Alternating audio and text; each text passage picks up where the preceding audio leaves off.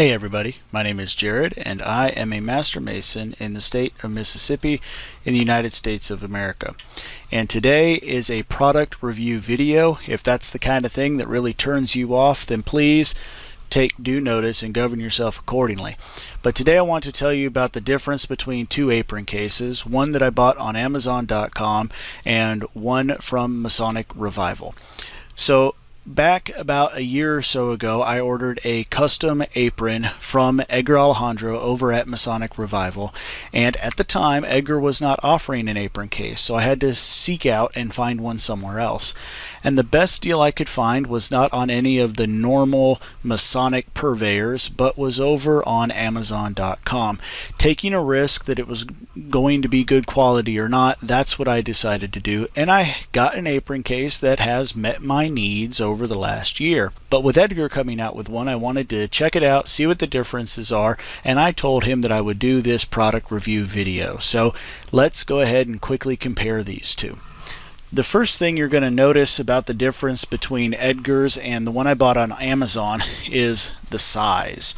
So the one in front is from Amazon, the one in the back is from Masonic Revival, and I know that some jurisdictions out there have different sized aprons. Some are longer from top to bottom, and if you have that kind of an apron, then you might be interested in checking out Masonic Revival's case because of the sheer size of it. It's going to give you that extra room that you need for a longer styled apron. So if you don't have a long apron, that doesn't mean you might not have interest in the Masonic Revival. There's a couple extra features kind of tucked away inside of that height. So let's compare things one for one as we go along. Obviously an apron case has a handle. On the surface, these both look like very similar handles, but if you notice the one from Amazon, it's very loose. It's not even attached all that well. It's very flimsy. The one from Edgar at Masonic Revival is very tight. There's a lot of better spring going back, and just generally feels better constructed. So it's hard to explain that in a video where you can't reach out and touch this yourself.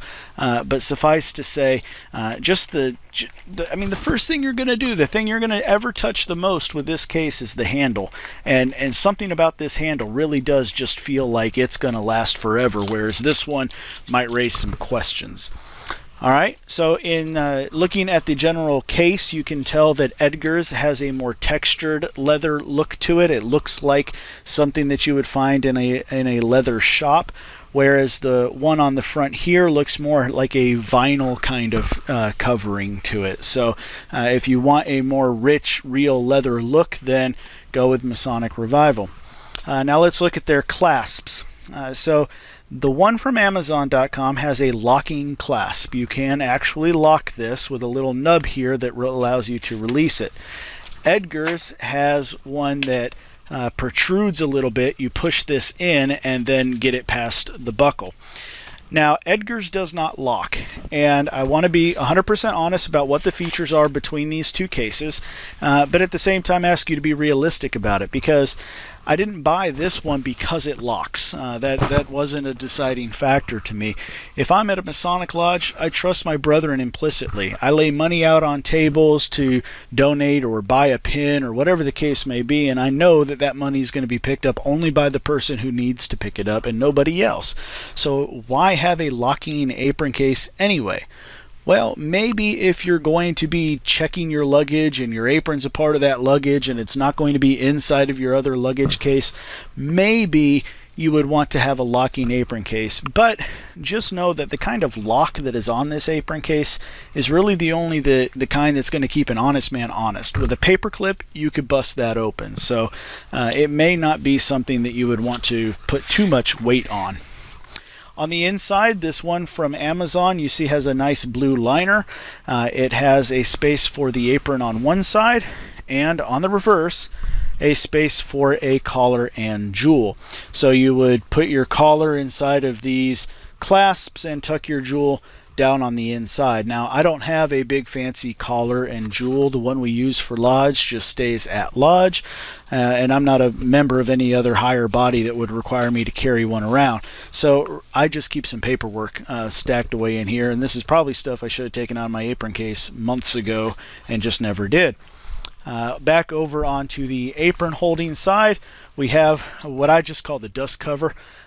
Just these little flaps here that make sure that you get a little extra protection to your apron. And then on the inside, the apron just lays flat, so it can fall straight down if you have it sitting up. There's nothing to really keep it into place except these two loose elastic bands that generally hold everything in place, but again, there's nothing to stop it from falling down. Now over here at the Masonic Revival case, we have similar yet different features. First thing that I know Edgar is proud of, because he mentions it on his website, are the actual zipper pulls. I can't show it to you in the video, but I'll try to incorporate a picture from his website. He actually puts a square and compass with a G on the zipper pull. It may be only something that you ever notice, but it's a neat little detail that you get when you have somebody who is a Freemason designing something. He puts the effort into those little details. Okay, let's start on the same side that we started on before. We have a place here that we can put our collar, and instead of a cloth pocket, we have these elastic bands with a buckle that we can use to keep our collar and jewel into place. And the pocket that's on here is zippered, again with a zipper pull that has a square and compass on it. So this is kind of nice, because with the pocket in the other one, that stuff can easily fall out. If my apron case gets turned upside down at any point and then I open it, that stuff just falls everywhere. But here I've got a pocket that I can put something loose into. Maybe I've got a badge, maybe I've got some lapel pins, maybe I just want to put some ink pens in here. I got a place I can put them, and I can keep them secure with the zipper. Over here on the apron side, again, we have the dust cover, as I call it, but there's an additional feature that is not in the other one that I think is worth pointing out, and that's this band here. This is a solid nylon strap. That's not elastic. So I think, though I don't know for sure, if I were to put my apron over into this one right now, here's how I would do it. I would take the flap of the apron, and I would tuck it up like this. I'd bring my apron up, and then I would put the apron flap in the front of it. Now see how that actually keeps the apron upright? It's not flopping over like it did in the other one. And then I still have this buckle, and I can keep everything else with the apron secured, just buckling this into place. So I do really like that feature of having that additional band at the top that holds the apron up and into place. And then again, I can close up the dust cover, and I've got all that extra room there. If I have a tall apron, I don't have to worry about it. So there we go. My pluses and minuses. I do like the blue liner. I know it's just coloring. It doesn't really change anything. But, you know, I have to admit I like the blue liner on that.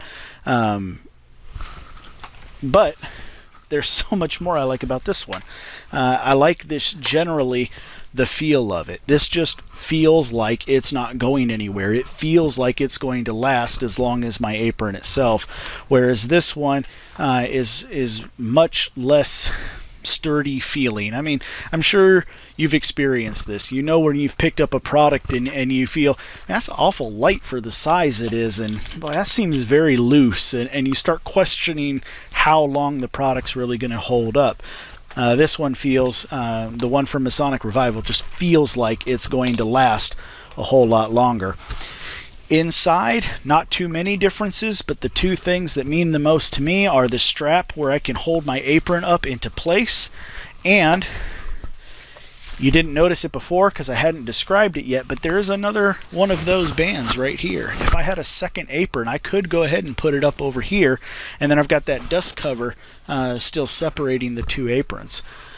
And I like that there is a zippered pocket on the inside for any of my loose things that I might need to carry around. So there you are. 2 different apron cases and what you would get for your money in either case. So I hope if you're interested in an apron case that you go out there and do your research and make sure you know that you're getting something that's going to last just as long as you hope your apron will.